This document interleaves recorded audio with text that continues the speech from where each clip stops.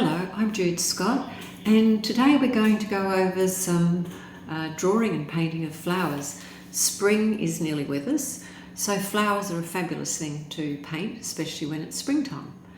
So today we're going to be drawing up a poppy, and we'll be drawing up a daisy, and then in my next video I'll show you how to paint both of those flowers. So get your paper and pencils ready and draw along with me, and I'll show you how to get started. In my video that I released last week, it was number 2 in a series of how to paint a rose and how to draw a rose. So a poppy is quite similar. So we're going to do, I'll do this in quite dark pencil so that you can see. So with a poppy you also have a bit of a cup and saucer effect. Your first petal will probably come up, something like this, come out quite like that, and maybe it actually goes down there.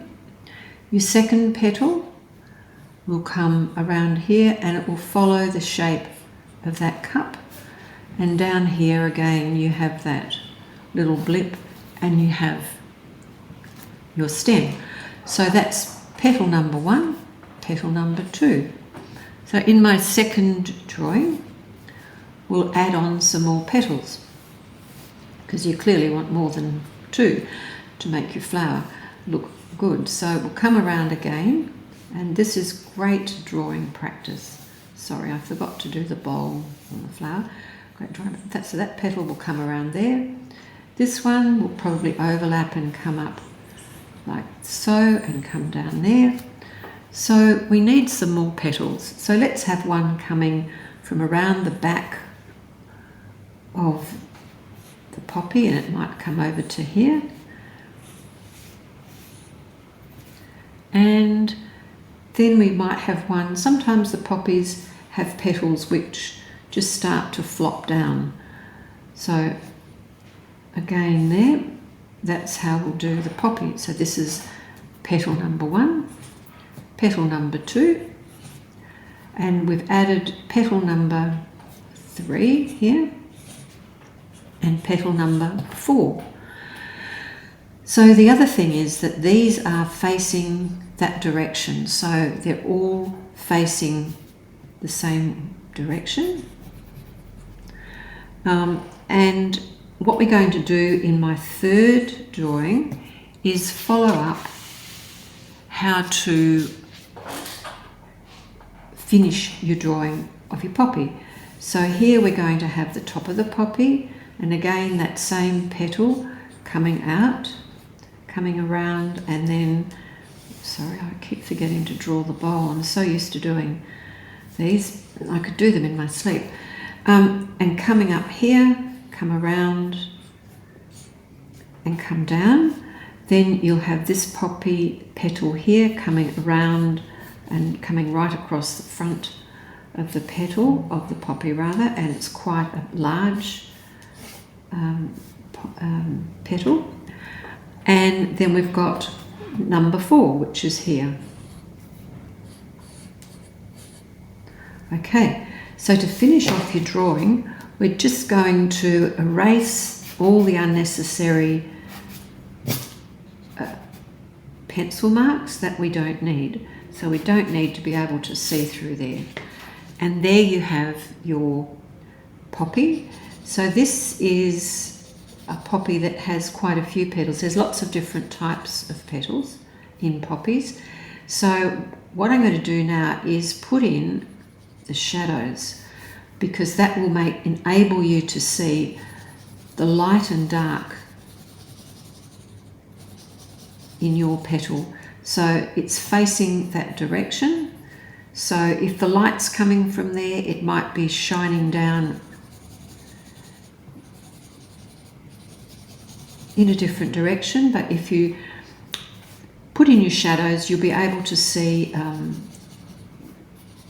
exactly where the petals are and how they sit on your paper. So there we have your petals and how to draw them up. In the next one we're going to do, we'll do another, this is a very open poppy. Sorry, maybe if I bring my paper down you can see what I'm filming. Okay, so here we have an open poppy. So an open poppy is one with probably fewer petals, and also this one's facing in another direction. It's going to be facing in that direction. So I'm going to do a large circle because it's an open poppy, and because it's going to be looking in that direction, the centre of the poppy will not be here, it's going to be over here. So if you draw very lightly the direction that the petals will take, it will really help you to do the petals that are foreshortened, same as we're going to do in a daisy in our next drawing. So here we're going to do, maybe we'll have this petal coming up here, you can wander around and go there. The next petal we can have coming up here and going in there. This foreshortened petal, maybe it's tucked in down there and finishes there, and then this one here will come around there. So this will be the dark centre of the poppy, and again you have the beautiful stem coming down. So in the second, I'll just shorten that stem, it's going to get in the way of the next drawing. So what I'm going to do in the second drawing of this open poppy, again it's going to be facing in the same direction. Draw a lovely big circle, put the centre of the poppy down first and attach your stem so that you can get a direction of which way the poppy is facing, and we're looking down into the centre. The same would apply if you were looking up underneath a poppy, and then you would have the blip at the back here, you wouldn't be looking into the centre. So again, I'll be coming up, coming along, coming down there. That's my first petal. The second one will be coming out from behind there, and it will finish about here. This one will come along and finish about there, and then this one will come up here. So when we go to paint that, depending on which direction your light is coming from, always think of the light. Oops. Of the light and which direction is the light coming from. Let's have the light coming from this direction. So where it's hitting the back of this petal, and in here will be dark. So if you shade that, it will help you get the light for your petals. Down in here will be darker because it's tucked in behind these two petals. You might have some light streaming through there. You might even have a little bit of shadow here if that petal's curling over a bit. So this is where we will make our poppies just a little bit darker. And of course, you've got your lovely dark, this is going to be a Flanders poppy, so it's quite dark in the middle. And when we paint that, I'll show you how, some simple ways to get that very dark centre of your poppy. Now the third drawing of this same poppy, because this is not finished, we'll do it again. Lovely big round circle. The direction of the poppy, it's facing that way.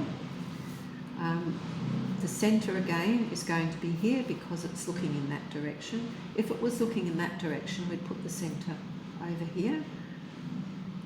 And there's the stem. So again, we'll come up here.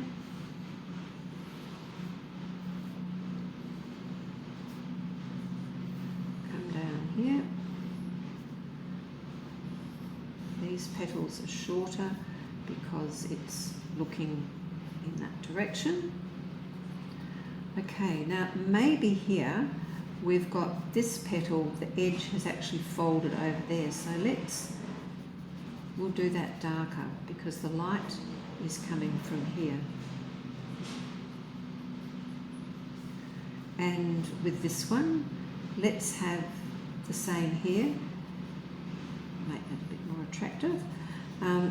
We'll have the shadow is on that because the light is hitting the inside of that, so this will be dark. If this petal here had a bit of a turn back, then under here would be dark.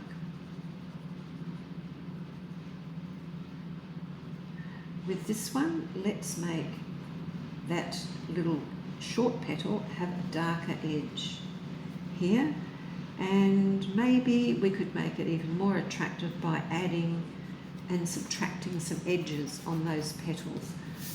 So we'll put some nice crinkly bits into those petals, and remember, same but different. You don't want a nice edge all the way around your petal which is the same. You want it different.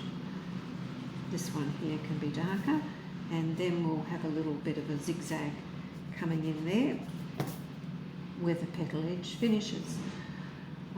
And maybe the same here. We'll do quite a big